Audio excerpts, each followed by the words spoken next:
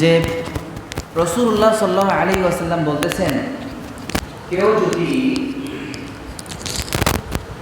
রাসূলুল্লাহ সাল্লাল্লাহু আলাইহি ওয়াসাল্লাম বলতেছেন কেউ যদি ফরজ নামাজের পরে 33 বার সুবহানাল্লাহ, 33 বার আলহামদুলিল্লাহ, আপনারা যে আমলগুলো করেন 34 বার আল্লাহু আকবার, এই আমলগুলো কেউ যদি করে তাহলে আল্লাহ তাআলা তাকে হজ এবং উমরা করার সওয়াব দান করবেন। সুবহানাল্লাহ, একদম সহজ আমল না? 2 নম্বর আমল সলাতুল ইশরাক, ইশরাকের নামাজ আদায় করা। হাদিস শরীফে আছে, তিরমিজি শরীফের 586 নম্বর হাদিসে রাসূলুল্লাহ সাল্লাল্লাহু আলাইহি ওয়াসাল্লাম বলতেছেন, قال رسول الله صلى الله عليه وسلم من صلى الغداة في جماعة, যে ব্যক্তি জামাতের সাথে ফজরের নামাজ আদায় করবে, ثم قعد, এরপরে বসে থাকবে, يذكر الله حتى تطلع الشمس, ফজরের নামাজ জামাতের সাথে আদায় করার পরে বসে থাকবে সূর্য ওঠার আগ পর্যন্ত। সুম্মা সাল্লা রাকাতাইন, সূর্য ওঠার পরে ইশরাকের যখন সময় হয়ে যায় তখন সে 2 রাকাত নামাজ আদায় করলো। কানাত লাহু কাআজরি হাজ্জাতিন ওয়া উমরাতিন, আল্লাহ তাআলা তার আমল নামার মধ্যে একটা হজ এবং একটা উমরার সওয়াব লিখে দিবেন।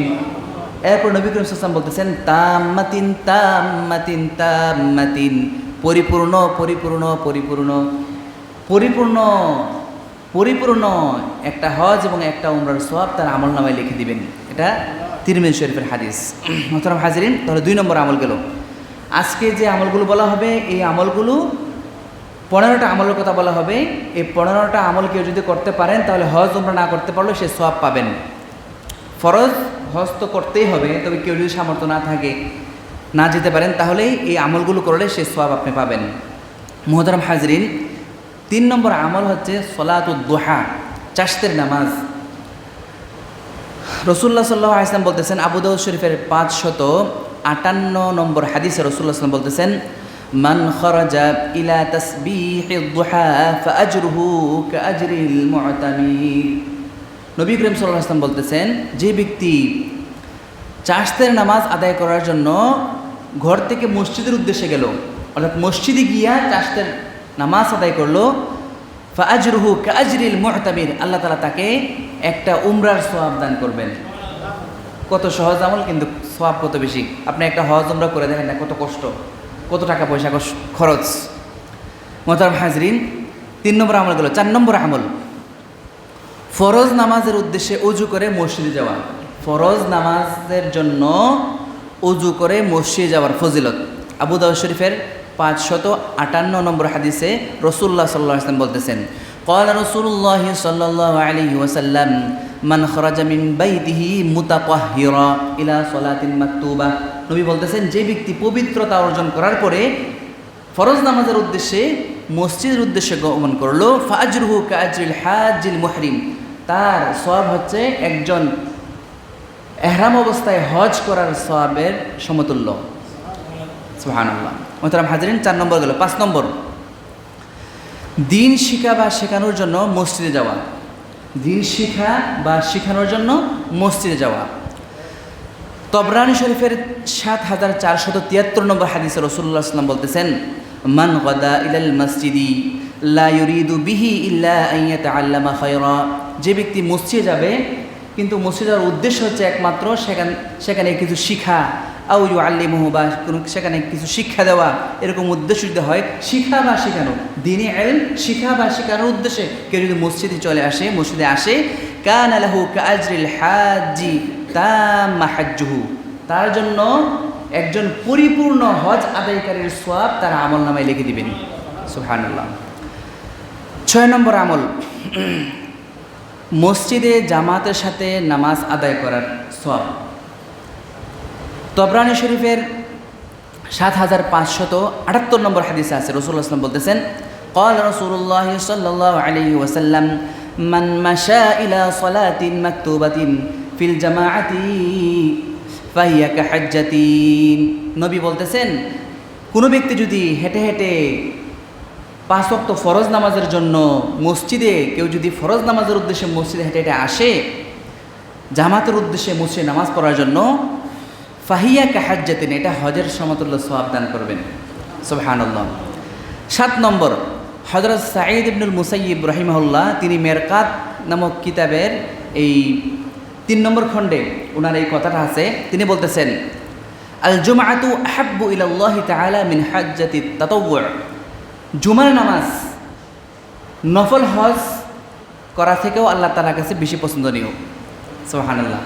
মানে আপনি যদি জুমার নামাজ আদায় করেন তাহলে একটা নফল হজ করার সওয়াবের সমতুল্য সওয়াব আল্লাহ তাআলা আপনার আমলনামায় লিখে দিবেন। সুবহানাল্লাহ।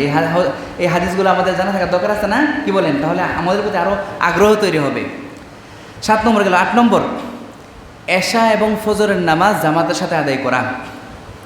লাতাইফুল মাআরিফের 250 নম্বর পৃষ্ঠায় আছে, হযরত উকবা ইবনে আব্দুল গাফির রাহিমাহুল্লাহ তিনি বলতেছেন, সলাতুল ইশা ফি জামাআতিন তা'দিল হাজ্জাতান, কেউ যদি এশার নামাজ জামাতের সাথে আদায় করে আল্লাহ তাআলা তাকে একটা হজের সমতুল্য সওয়াব দান করবেন।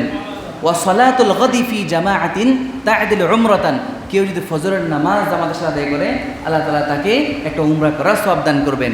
এর মানে আপনি যদি ফজর নামাজ এশার নামাজ যদি 2 ওয়াক্ত নামাজ জামাতের সাথে আদায় করেন, অন্য হাদিস আছে সারা রাত নফল নামাজ নামাজের সওয়াব আল্লাহ তাআলা তার আমলনামায় লিখে দিবেন।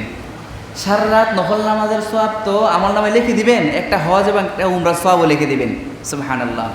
9 নম্বর, পিতামাতার খেদমত করা। মুসনাদে আবু ইয়ালার 2760 নম্বর হাদিসে আছে, রাসূলুল্লাহ সাল্লাল্লাহু আলাইহি ওয়াসাল্লাম এক সাহাবীকে বলতেছেন লম্বা হাদিসের মধ্যে, ফাইন্নাকা ইযা ফাআলতা যালিকা ফাআনতা হাজ্জুন ওয়া মুতামিরুন, তুমি যদি এই কাজটা করতে পারো, অর্থাৎ এই হাদিসের মধ্যে পিতামাতার খেদমতের কথা আলোচনা করা হয়েছে, তুমি যদি পিতামাতার খেদমত করতে পারো ফাআনতা হাজ্জুন ওয়া মুতামিরুন, তুমি হজকারী এবং উমরা পালনকারী, মানে হজ এবং উমরা পালনকারীর সওয়াব তোমার আমলনামায় লিখে দেওয়া হবে। সুবহানাল্লাহ। পিতামাতার খেদমত করা। 10 নম্বর আমল, সহিহ ইবনে খুজাইমার 2064 নম্বর হাদিসে আছে, হাজিগণের সাহায্য করা। কেউ যদি হাজিগণের সাহায্য করে তাহলে হজের সমতুল্য সওয়াব দান করবেন। হাদিসে আছে, নবী বলতেছেন, মান জাহাজা হাজ্জান আও খলাফাহু ফি আহলিহি, কোনো ব্যক্তি হজ আদায়কারীর জন্য সামানা তৈরি করে দিল, টাকা পয়সা দিয়ে সাহায্য করলো, বা তার সামানাটাকে গুছাই দিল, তাকে একটু আগায় দিল, সাহায্য করলো। আও খলাফাহু ফি আহলিহি, অথবা তার পরিবারের অভিভাবক হয়ে গেল, যে সে যেহেতু নাই তার পরিবারের একটু সাহায্য করলো, দেখাশোনা করলো। হ্যাঁ, তো রাসূল সাল্লাল্লাহু আলাইহি ওয়াসাল্লাম বলতেছেন, কানা লাহু মিসলু উজুরিহিম মিন গায়রি আন ইয়ানতাকিসা মিন উজুরিহিম শাইআ, তাকে আল্লাহ তাআলা ওই হজকারীর সমতুল্য সওয়াব দান করবেন, ওই হজকারীর সওয়াবের মধ্যে কোনো কমতি হবে না। সুবহানাল্লাহ। মোহতারাম হাজরিন, 10 নম্বর গেল। 11 নম্বর, অন্যকে হজ করানো। কেউ যদি অন্যকে হজ করায় তাকেও আল্লাহ তাআলা একটা কী করবেন, হজের সমতুল্য সওয়াব দান করবেন। টাকা দিয়ে সাহায্য করলো, বা যে কোনোভাবে কেউ হজ বা উমরা করার জন্য কী করলো, টাকা দিয়ে বা বিভিন্নভাবে সাহায্য করো, তাহলে তাকেও কি ওই হজ এবং উমরা করার সমতুল্য সওয়াব দান করবে। মুসলিম শরীফের 4793 নম্বর হাদিসে আছে, মান দাল্লা আলা খায়রিন ফালাহু মিসলা আজরি ফাইলিহি, কেউ যদি ভালো কাজের জন্য কেউ যদি রাস্তা দেখায়, পথ দেখায়, তাহলে আল্লাহ তাআলা তার ওই কাজ সম্পাদনকারীর পরিমাণ সওয়াব দান করবেন। 12 নম্বর হাদিস, কেউ যদি রমজানে একটা উমরা পালন করে তাহলে একটা হজের সমতুল্য সওয়াব দান করেন। ইবনে মাজাহ শরীফের 2991 নম্বর হাদিসে রাসূলুল্লাহ সাল্লাল্লাহু আলাইহি ওয়াসাল্লাম বলতেছেন, ক্বালা রাসূলুল্লাহ সাল্লাল্লাহু আলাইহি ওয়াসাল্লাম উমরাতুন ফি রমাদান তা'দিলু হাজ্জাতান, নবী বলতেছেন কেউ যদি রমজানে একটা উমরা পালন করে তাকে আল্লাহ তাআলা একটা হজের সমতুল্য সওয়াব দান করবেন। মোহতারাম হাজরিন, 13 নম্বর হাদিস। তো 12 নম্বর হাদিসের একটা আলোচনা করি। অন্য হাদিসে আছে তা'দিলু হাজ্জাতান মাই, নবীর সাথে হজ করা। অন্য রিওয়ায়াতে আছে আর কি, অর্থাৎ রমজানে কেউ যদি একটা উমরা পালন করে, তা'দিলু হাজ্জাতান মাই, নবী বলতেছেন আমার সাথে সে যেন হজ করলো। সুবহানাল্লাহ। এই জন্য আমরা যাদের টাকা পয়সা আছে আমরা রমজানে আমরা উমরার নিয়ত করবো ইনশাআল্লাহ। 13 নম্বর হাদিস, কোনো মুসলিমকে তার কোনো প্রয়োজন পূর্ণ করা, অর্থাৎ কোনো আপনার মুসলিম ভাই মুসলমান কোনো সমস্যা পড়ে গেছে, আপনি তাকে সাহায্য করলেন, তার কোনো প্রয়োজন পূর্ণ করলেন, তাহলে আপনার হজের সমতুল্য সওয়াব দান করবেন। হাদিসে আছে, লাতাইফুল মাআরিফের মধ্যে আছে, হযরত হাসান বসরি রাহিমাহুল্লাহ তিনি বলতেছেন, মাশিয়ুকা ফি হাজাতি আখিকাল মুসলিম খায়রুন লাকা মিন হাজ্জাতিন বা'দা হাজ্জাতিন, যে হাসান বসরি বলতেছেন তুমি তোমার কোনো একটা ভাইয়ের হাজত পরিপূর্ণ করলা, এটা তোমার একটার পরে একটা, অর্থাৎ নফল হজ থেকেও একের পর এক হজ করা, নফল হজ করা থেকেও এই কাজটা করা কি উত্তম। 14 নম্বর হাদিস, মসজিদে কুবায় নামাজ আদায় করা। কেউ যদি মসজিদে কুবায় 2 রাকাত নামাজ আদায় করে, আল্লাহ তাআলা তার আমলের মধ্যে একটা পরিপূর্ণ উমরা সওয়াব দান করেন। হাদিসে আছে, ক্বাল রাসূলুল্লাহ সাল্লাল্লাহু আলাইহি ওয়াসাল্লাম, মান তাতাহহারা ফি বাইতিহি থুম্মা আতা মসজিদে কুবা কানা লাহু কাআজরি উমরা। নবী বলতেছেন, কেউ যদি নিজের ঘরের মধ্যে, আপনি উমরা করতে গেলেন, হোটেলের মধ্যে উযু করলেন, শর্ত যে উযু করে আসা, এনে আসে উযু করলে হাদিসে এরকম নাই আর কি, অর্থাৎ উযু করে আপনি হোটেল থেকে আসলেন, আসার পরে মসজিদে কুবা আপনি যদি যান মদিনা থেকে, আপনার 5 রিয়াল বা 4 রিয়াল এরকম নেবে আর কি। আর যদি বড় মাইক্রো হয় 2 রিয়াল নেবে মাত্র, অল্প একটু জায়গায় 4-5 মিনিট লাগে আপনার মসজিদ নবী থেকে মসজিদে কুবা আসতে। হেঁটেও আসতে পারবেন, আপনার 15-20 মিনিট, আধা ঘন্টা লাগে হেঁটে আসলে, সুন্দর রাস্তা আছে। তো যতবার আপনি মসজিদ নবী থেকে বা আপনার হোটেল থেকে আপনি যতবার উযু করে মসজিদে কুবায় 2 রাকাত নামাজ পড়বেন, আল্লাহ তাআলা আপনাকে কানা লাহু কাআজরি উমরা, একটা উমরার সওয়াব দান করবেন। সুবহানাল্লাহ। অথচ একটা উমরা করতে কত কষ্ট লাগে না? টাকা পয়সা খরচ হয়, পরিশ্রম হয়। 15 নম্বর আমল, সহি নিয়তে সহি হজের নিয়ত করা। কেউ যদি শুদ্ধভাবে হজের নিয়ত করছে কিন্তু কোনো কারণে হজ যেতে পারে নাই, হয়তো মারা গেছে বা হজ করতেই পারে নাই, তাহলে আল্লাহ তাআলা তার আমলনামার মধ্যে একটা পরিপূর্ণ হজের সওয়াব দান করবেন। সুবহানাল্লাহ। এজন্য নিয়ত সহি করা। তো যাই হোক, আজকে সময় শেষ। সংক্ষিপ্তভাবে আপনাদেরকে 15টা আমলের কথা বলা হয়েছে। বলেন কয়টা আমল? 15টা আমল। এই 15টা আমল কেউ যদি করে, তাহলে হজ উমরা না করতে পারলে মনের মধ্যে আফসোস থাকবে না তার জন্য যে আমার টাকা পয়সা নাই। কিয়ামতের দিন সে যখন দেখবে এতগুলো হজ উমরার সওয়াব, আল্লাহ আমি তো হজই করতে পারি নাই, উমরাই করতে পারি নাই, এতগুলো সওয়াব কেমনে আসলো?